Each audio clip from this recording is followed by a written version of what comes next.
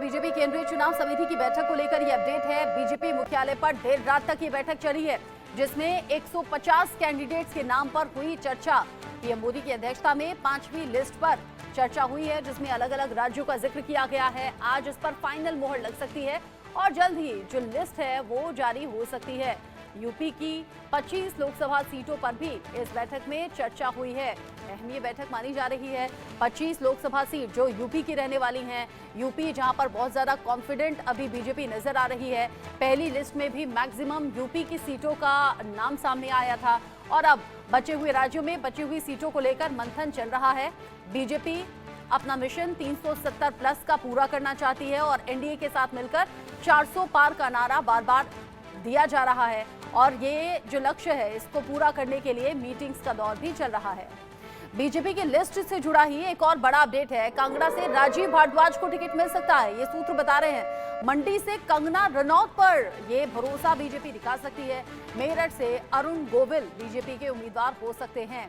ये बड़ा अपडेट इस वक्त का। मंडी से कंगना रनौत को टिकट मिल सकता है। इससे पहले भी कंगना रनौत को लेकर चर्चा चल रही थी। मेरठ से अरुण गोविल हो सकते हैं बीजेपी कैंडिडेट।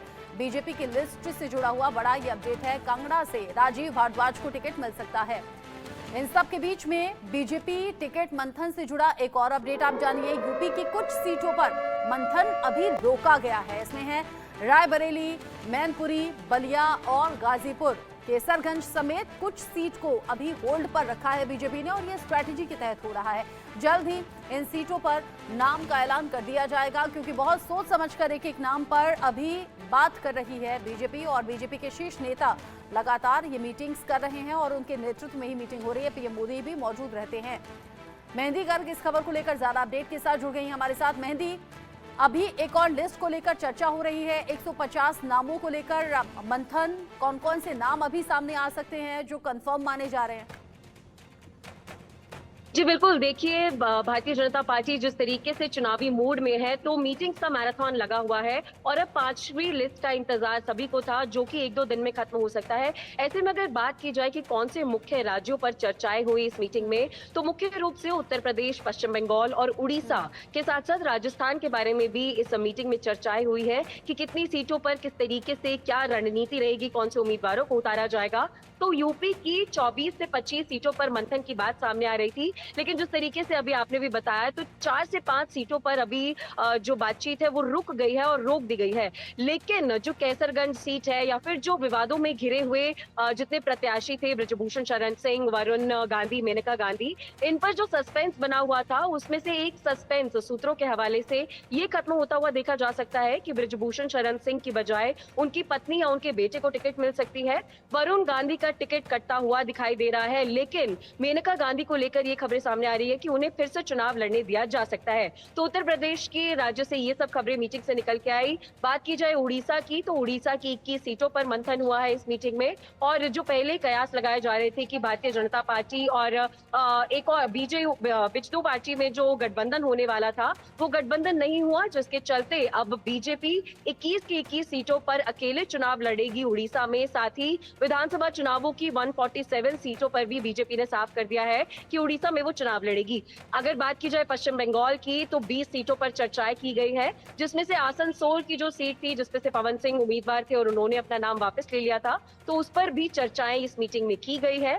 इसके बाद राजस्थान भी मुख्य रूप से चर्चाओं का विषय रहा था इस मीटिंग में और 10 सीटों पर जो चर्चा हुई है, उसमें सूत्रों के हवाले से ये पता लग रहा है कि 2 सीटों पर अभी एक बार फिर से मंथन किया जाएगा। जो अगली मीटिंग होगी, तो 2 सीटों पर कहीं पेच फंसता हुआ दिखाई दे रहा है। लेकिन अगर बड़े चेहरों की नाम लिए जाएं या फिर कौन किस सीट से चुनाव लड़ने वाला है, तो उड़ीसा से कुछ बड़े नाम निकलकर सामने आए, जैसे कि धर्मेंद्र प्रधान का नाम निकलकर सामने आ रहा है कि वो संबलपुर से चुनाव लड़ सकते हैं। साथ ही भुवनेश्वर से अपराजिता सारंगी को टिकट मिल सकती है और अगर ये 2 नाम निकलकर उड़ीसा से सामने आ रहे हैं और संबित पात्रा के लिए कहा जा रहा है कि वो पुरी से चुनाव लड़ते हुए दिखाई दे सकते हैं। हालांकि अभी जब लिस्ट जारी हो जाएगी तो इन नामों की पुष्टि भी हो जाएगी और साफ तौर पर पता लग जाएगा कि कौन उम्मीदवार किस किस सीट से चुनाव लड़ रहा है। लेकिन जो मीटिंग के बाद सूत्रों के हवाले से खबर मिली है, वो 3 ही मेन नाम रहे। उड़ीसा से, उत्तर प्रदेश से जो विवादों में घिरे हुए नाम थे, उन पर भी थोड़ी बहुत क्लैरिटी इस मीटिंग के बाद मिलने लगी है।